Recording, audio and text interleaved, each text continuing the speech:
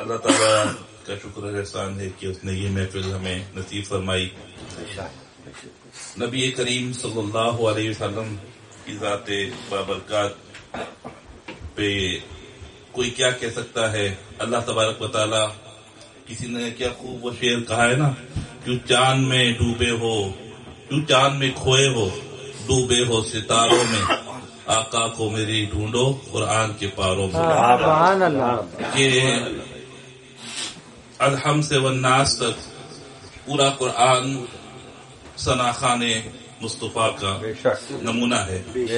اللہ تبارک و تعالی جب آپ کی شان رحمت کو بیان کرتا ہے تو فرما دیتا ہے کہ وما ارسلناک الا رحمۃ للعالمین. سبحان اللہ، سبحان اللہ. جب آپ کی ذکر کی بلندی کی بات کرتا ہے تو فرما دیتا ہے کہ وَرَفَعْنَا لَكَ ذِكْرَكَ.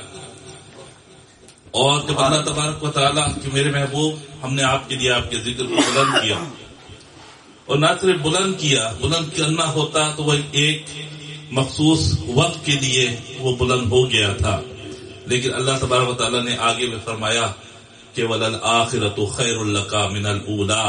میرے محبوب آپ کی آنے والی اگلی گھڑی اس کی پچھلی گھڑی سے بہتر ہوگی. سبحان اللہ. جیسے جیسے اس کائنات کی وسعتوں کی نالج لوگوں کو ہو رہی ہے، جیسے جیسے یہ سائنس ترقی کر رہی ہے، جیسے جیسے ٹیکنالوجی آگے بڑھ رہی ہے، میرے آقا و مولا حضرت محمد مصطفیٰ صلی اللہ علیہ وسلم کا ایک ایک فرمان لوگوں کے سامنے کھل کر آ رہا ہے. بے شک، بے شک.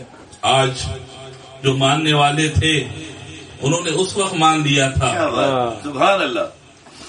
ابو جہل جب خوشی خوشی گیا تھا حضرت ابو بکر کے پاس، سمجھا تھا کہ آج تو میرا آج فتح کا دن ہے، کہ ایسی خبر میں لے کے آیا ہوں کہ کوئی تصدیق ہی نہیں کرے گا کہ اتنے سے ٹائم فریم کے اندر آپ کے نبی جو ہے وہ معراج پہ چلے گئے، واپس بھی آ گئے، جنت بھی دیکھ لی، دوزخ بھی دیکھ لی، سب کچھ کر لیا، اور جو ہے کنڈی بھی ہلتی رہی، پانی بھی بہتا رہا، بستر بھی گرم رہا، لیکن قربان جائیں کہ صدیق اکبر نے ان کی جو ہے گواہی دی.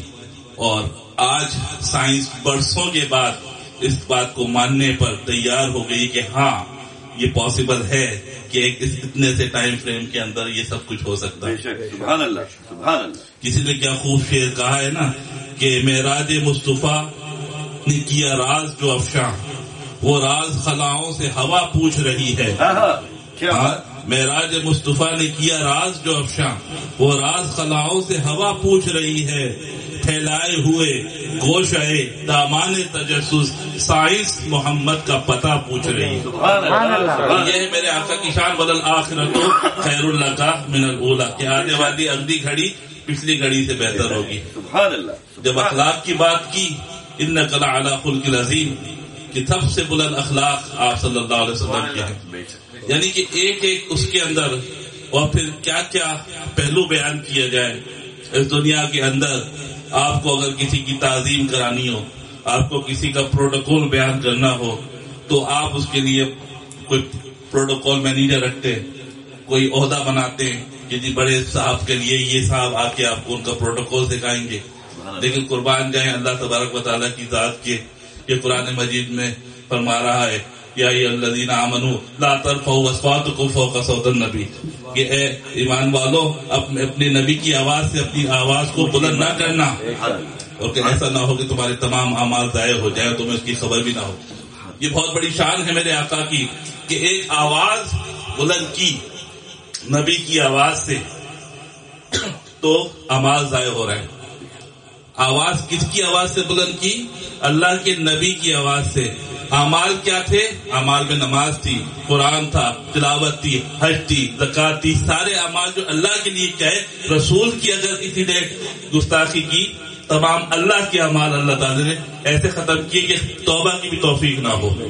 تو یہ نبی کی شان ہے. تو نبی کریم صلی اللہ علیہ وسلم کی جو ہے شان کا بیان نہ کوئی انسان کر سکتا ہے، نہ کوئی بشر کر سکتا ہے. اللہ تبارک و تعالیٰ آپ کے مقام اور مرتبے کو جانتا ہے.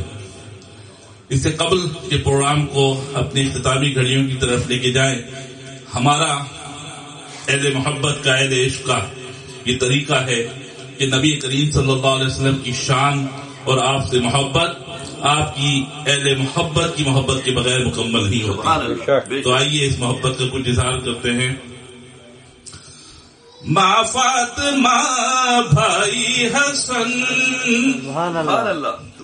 ہے یہی تو گلشن پنجتن، بابا علی شیر خدا نانا رسول انام ہے، میں تو پنجتن کا غلام ہوں، میں تو پنجتن کا غلام. وہی 5 کا تذکرہ آیا، بہت امپورٹنٹ ہے یہ 5 کا لفظ.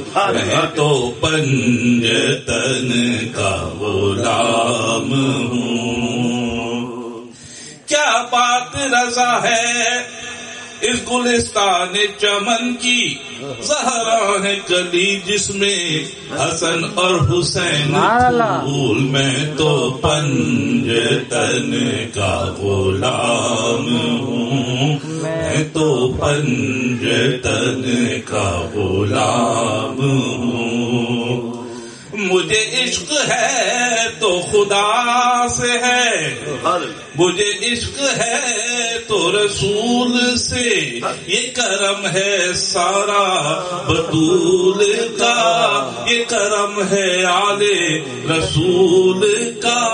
میرے منہ سے آئے مہک صدا، جو میں نام لوں تیرا جھوم کر، میں تو پنجتن کا غلام ہوں، میں تو پنجتن کا غلام ہوں. مجھے عشق سر و سمن سے ہے، مجھے عشق سارے چمن سے ہے، مجھے عشق ان کے وطن سے ہے، مجھے عشق ان کی گلی سے ہے، مجھے عشق ہے تو علی سے ہے، مجھے عشق ہے تو حسن سے ہے، مجھے عشق ہے تو حسین سے، مجھے عشق شاہ زمن سے ہے، میں تو پنجتن کا غلام ہوں، میں تو پنجتن کا غلام ہوں. نبی کریم صلی اللہ علیہ وسلم کی پیدائش کی اہمیت جو بیان کرنے کی کوشش کی.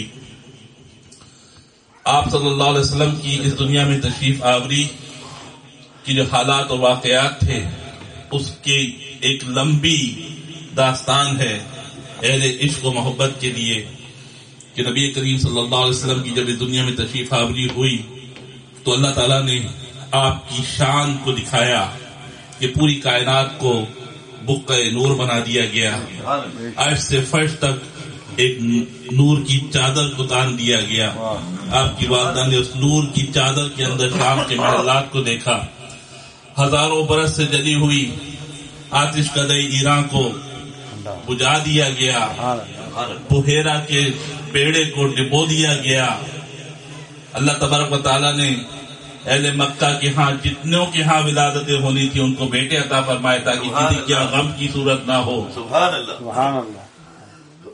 مطلب جو خوشی اللہ تبارک و تعالیٰ نے آپ کی کائنات میں دنیا میں تشریف لانے پر دکھائی، اس کی کوئی نظیر نہیں ملتی تھی. اور پھر وہی بات آخر میں پھر کہوں گا کہ وہ جو ہزاروں سال سے جو اس نبی آخر الزمان کی تشریف آوری کا انتظار ہو رہا تھا، وہ راہب اور راہبان جو غاروں کے اندر اپنے اپنے علم کے مطابق اس نبی آخر الزمان رحمت دو جہاں احمد مصطفیٰ حضرت محمد مصطفیٰ صلی اللہ علیہ وسلم کی دنیا میں تشریف آوری کی پیشن گوئیاں کر رہے تھے کہ آپ کی دنیا میں تشریف آوری تھی کہ وہ اپنے غاروں سے اور اپنے ان مقاموں سے نکل کر مکے کی گلیوں میں دیوانہ وار گھوم رہے تھے اور کہہ رہے تھے ولدا نبی حاضری، ولدا نبی حاضری، آج وہ نبی پیدا ہو گیا، آج وہ نبی پیدا ہو گیا. اللہم صلی اللہ.